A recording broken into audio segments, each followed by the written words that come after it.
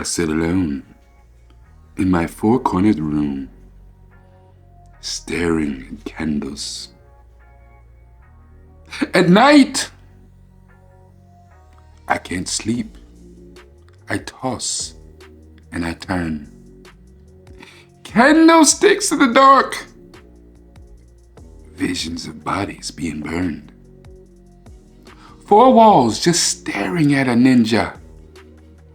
I'm paranoid, sleeping with my finger on the trigger.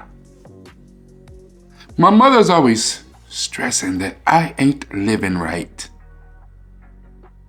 But I ain't going out without a fight.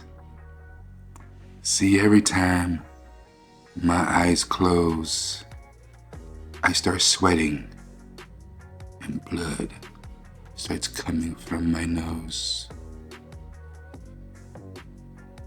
Ghetto boys.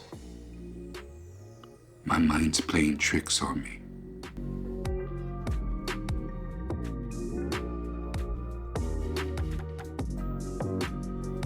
Hello, Governor. This is Rakai Steed, new from the Ville. And I'm back at it, Sherlock, Season 2, Episode 2, The Hound of Baskerville. I don't know why I did that. It seems silly now after having done it. Anyway, Sherlock Holmes, written by Sir Arthur Conan Doyle, The Hounds of Baskerville is one of his most famous stories. So Mark Gatiss wrote this particular episode to pay tribute, to pay homage in a certain way to that particular story. We have Russell Tovey, who we know from Doctor Who plays Henry Knight in this.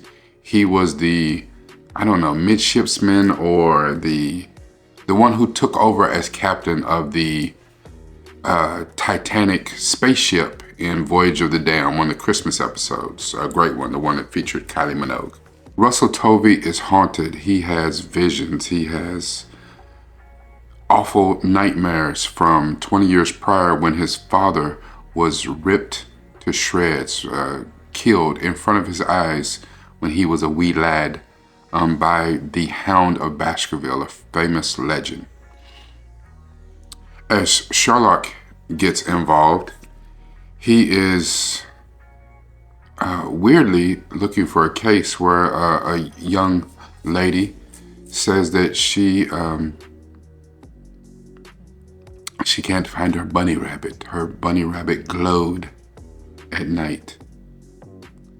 What we don't know is at the time that these two cases are actually inextricably linked. When Sherlock and Watson arrive at this particular facility, they notice that there is a government facility there. And after posing as Mycroft, Sherlock makes his way through the facility doing what he does, inspecting everything, deducing what he can. And he figures out that they are doing experiments, seemingly on animals there.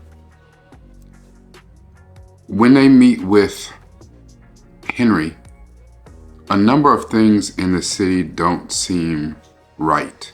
And there are a number of things that just seem off. During the course of this investigation, Sherlock sees the beast. He sees the hound. And it causes Sherlock for the first time in his life to doubt himself. His mind is truly playing tricks on him. We later find out that everything is connected. That the facility has been doing experiments on animals, maybe even people, for a long time.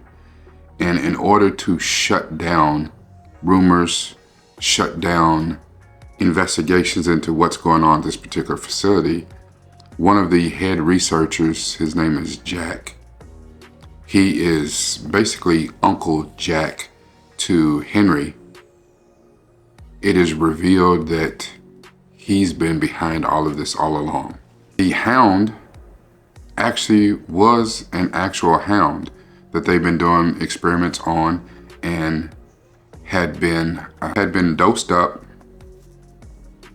and actually had escaped It escaped the facility. It was caught by a couple of guys in town who were using the hound to drum up marketing and promotion and things like that. But then it got loose from them and they weren't really sure what to do or where it went.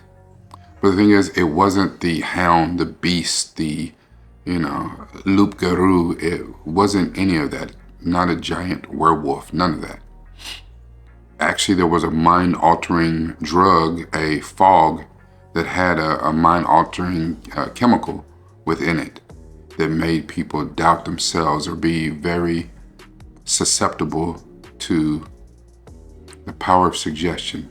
And once we figured all that out, Henry remembered as a small child seeing Uncle Jack in a gas mask murdering his father, not the hound. You know that I love my quotes, so I'm going to keep this really short and sweet. Your mind likes to play tricks on you. Don't let it.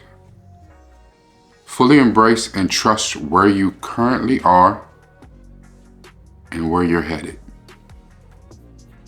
I started out this with a quote, not a quote, but actually reading, a dramatic reading, if you will, of some of the lyrics to the 1991 song, Mind's Playing Tricks on Me by the Ghetto Boys. I remember when that song came out, it was one of the first real songs where, even though it seemed comical, it seemed hyper real, it seemed very much in keeping with kind of Halloween type traditions. It also was one of the first songs that displayed mental health, mental illness.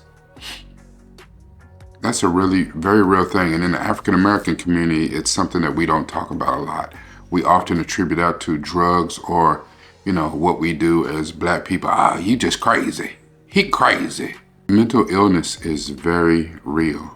And sometimes when your mind is playing tricks on you, as we saw in this episode, maybe that's orchestrated. Maybe it's done intentionally. No one wants to suffer from mental illness. They don't want to. And some of us that do suffer, it is unintentional and unavoidable. There are ways to deal with it. And my first thought would be to get some help. Find a professional to get yourself some help. Find someone that you trust to get yourself some help. You have two choices. You can either choose to control your mind or you can let your mind control you. And sometimes it is extremely hard to discern between the two. That was a quote from Paul Coelho. This was a very good episode, and being that it is Halloween season, I did it in the last episode, I believe, but there are a couple of much previous episodes where I talk about, my time in haunted houses, because it's in keeping with this. It's one of those times where you let your mind play tricks on you. And as you'll see from my examples, I absolutely let my mind play tricks on me, and I fell prey, the same as Sherlock and Watson and Henry Knight did in this episode. The mind is the most powerful computer on the planet, and we are vastly incapable of understanding what our minds can do and what they can achieve. So to lose your mind is probably one of the worst things that could ever happen. It's right up there with heartbreak. The only thing I can tell you, and I'll leave you with this, is do not dwell in the past. Do not dream in the future. Try to stay in the present. Concentrate on your mind in this present moment. Strengthen it. Do what you can to make yourself stronger, not only physically, spiritually, all of those things, but mentally. Because your ass is only going to go where your mind leads it. This is Rakai Steed, New from the Ville. make sure that you like, comment, share this as much as possible. And if you haven't subscribed yet, stop playing, hit the button, subscribe, watch these videos that show up at the end. I got plenty of gems, you might find something in here that's means something to you. It's gotta be about this. But it's gotta be about this.